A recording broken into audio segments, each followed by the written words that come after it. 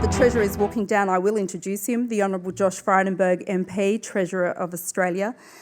Josh was elected to the Australian Parliament in 2010 as the member for Kooyong in Victoria, and prior to entering into Parliament, he was a lawyer and political advisor. He's held a large number of ministerial portfolios, but his most recent, since August 2018, is as Treasurer, but also as the Deputy Leader of the Liberal Party. The Treasurer has obviously spent a lot of time talking to master builders about economic growth, about housing. We undoubtedly had a number of conversations with the Treasurer when it came to the housing tax issue pre-election, and it is good that we can now focus on building the housing numbers, building infrastructure, and ensuring that we have great economic strength in our community, because we know the building and construction industry goes hand in hand with a strong economy. So can you please welcome the Treasurer of Australia, Josh Frydenberg.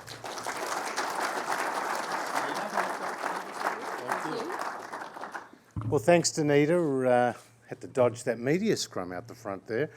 Thank you to Master Builders for coordinating today and inviting me and a number of my colleagues to have a brief chat to you about the importance of the sector, but also how we are seeing the Australian economy, given we're all key stakeholders in it.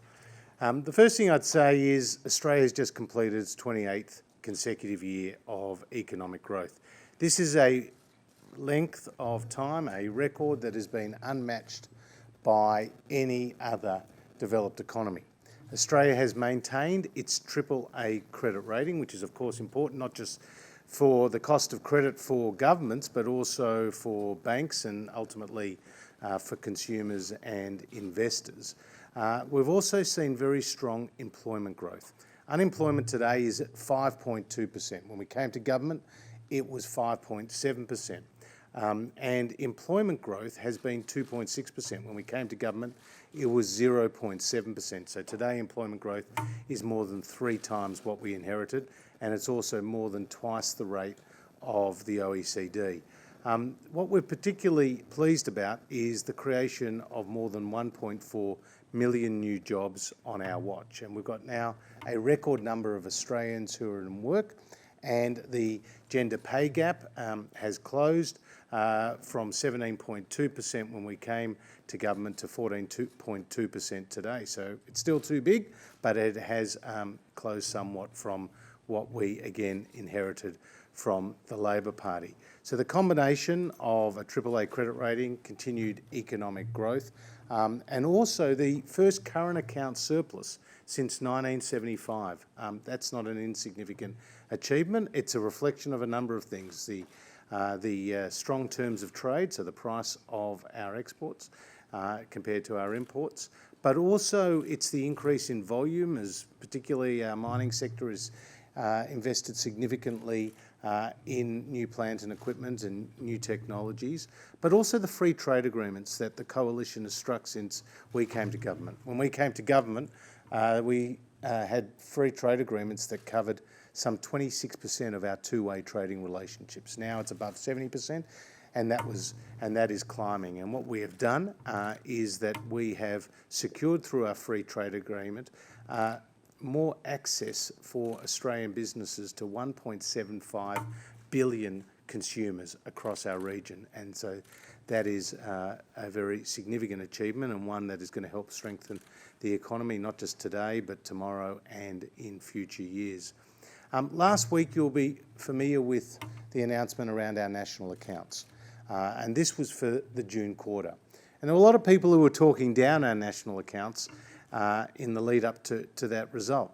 But what those numbers showed was that the economy in the June quarter grew by 0.5%, and on year average terms, 1.9%. Now that is slightly below what we had forecast at budget, but what is important for the budget outcome is nominal GDP. And nominal GDP on year average terms was at 5.3%, whereas we had forecasted budget for nominal GDP to be 5%. And so this is a good outcome for our budget bottom line. And next In the next little while, we'll be announcing our final budget outcome for the 2018-19 year, and as I've said publicly, that will be an improvement on what was forecast when we put down the budget in April. It's really important when you look at those national accounts to understand a couple of things. The first is it didn't take into account the tax cuts. The tax cuts that had passed the Parliament and have now seen more than $15 billion flow into the pockets of Australian consumers. Money to be spent on a new home, money to be spent on upgrading your home, money to be spent at the local small businesses. So over $15 billion has made its way into the pockets of more than 5 million Australians, and that will be reflected in the September National Accounts quarter and in subsequent quarters after that. The other thing about the June quarter is it didn't fully take into account the impact of the 50 basis point rate cut from the RBA, which has brought our cash rate down to 1%. Now, that has been also important, I think, for the housing sector. And it also is putting more money into the pockets of Australians and is making that first home more affordable. It's very pleasing to see the housing market started to stabilise.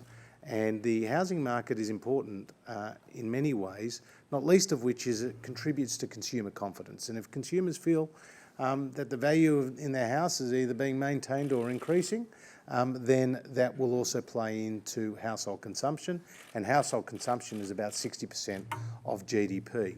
So what we've seen in capital city house prices is in the month of July, they went up for the first time in 22 months. And so I think that is important. And no doubt, post-election, people realised they weren't going to be hit with Labor's housing tax, and that has probably played through into the way they feel about entering into the housing market and also into house prices. In Sydney and Melbourne, those key markets, we have actually seen the auction clearance rates jump from about 50% this time last year to above 70% today. And I think that is important. And we saw in the month of July, loan approvals for home buyers, both owner-occupiers as well as investors, increase. For investors, it was above 4%, and for owner-occupiers, around 5%. This is the biggest jump since 2014 in terms of loan approvals for home buyers, both owner-occupiers and investors, and I think that's also significant.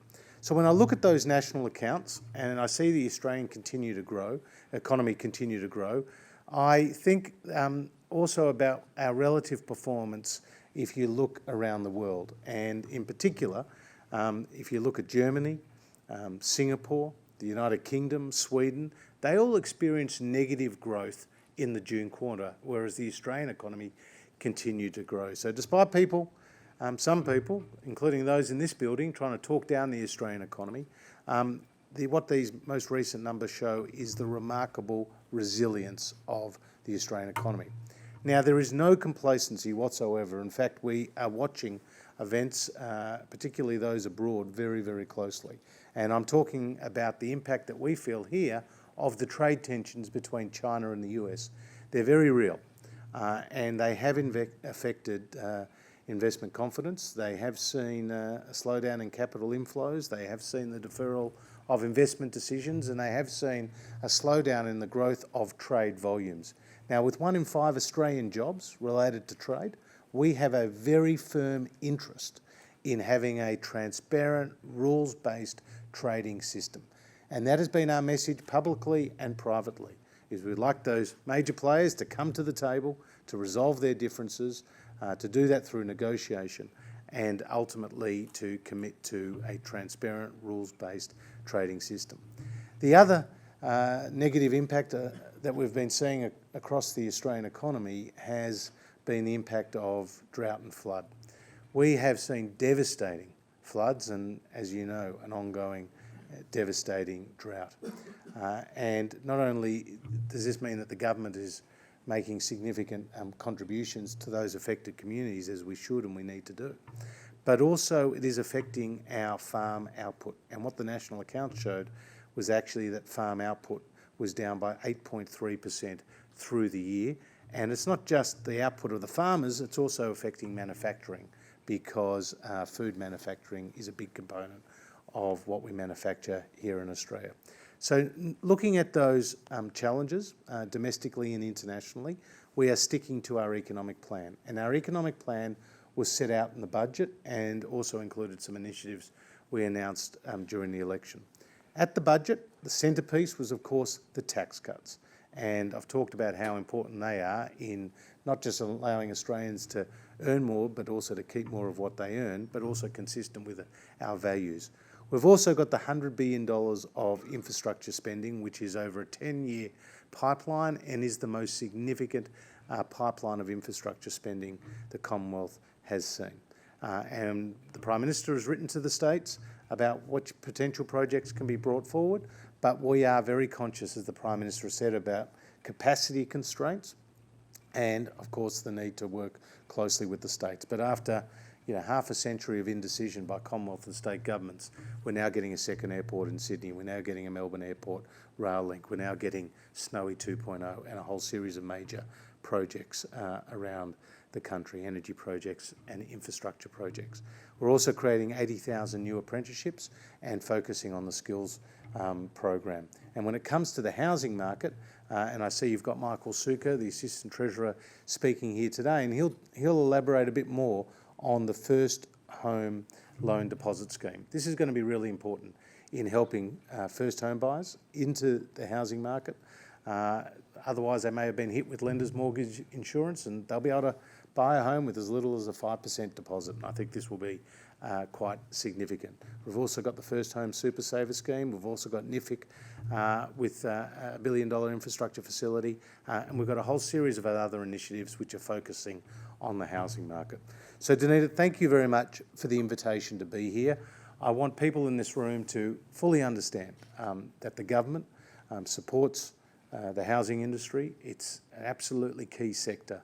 The work that we can do to ensure we have the right industrial relations environment, the right tax environment, that we reduce unnecessary red tape through deregulation, and that we invest in the infrastructure to help your workers get to work earlier and get home sooner and safer. All of that is important in strengthening your sector, as well as the individual initiatives that we have taken, like the First Home Loan Deposit Scheme and the First Home Super Saver Scheme, and the work that's been done through NIFIC. So thank you for the opportunity to be here. I wish you all the very best for the rest of your conference. And as I said at the outset, the Australian economy, with 28 years now under its belt of continuous economic growth, is a record that's unmatched by any other developed nation. We've got challenges ahead, but we're up to those challenges. We have the plan, we're set out in the budget, we're now implementing it, and more jobs are being created as a result. Thank you very much.